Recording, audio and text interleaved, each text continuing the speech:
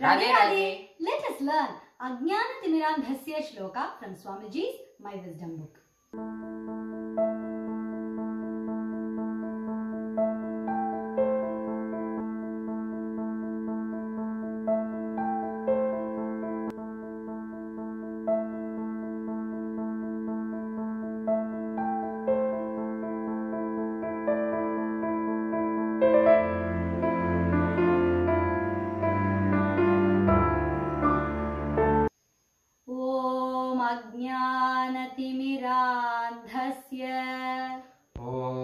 अज्ञानतिमिरान्धस्य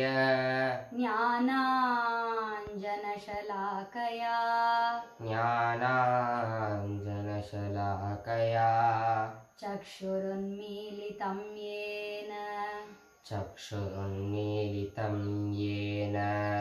तस्मै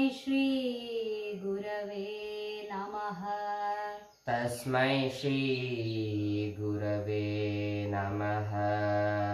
ॐ अज्ञानतिमिरान्धस्य ज्ञानाञ्जनशलाकया चक्षुरुन्मीलितं येन तस्मै श्री गुरवे नमः। चक्षुरुन्मीलितं येन तस्मै श्री गुरवे नमः। ॐ अज्ञानतिमिरान्धस्य ज्ञानाञ्जनशलाकया चक्षुरुन्मीलितं येन तस्मै श्री गुरवे नमः। ॐ अज्ञानतिमिरान्धस्य ज्ञानाञ्जनशलाकया चक्षुरुन्मीलितं येन तस्मै श्री गुरवे नमः। Let us read the meaning of this sloka from Swamiji's My Wisdom book.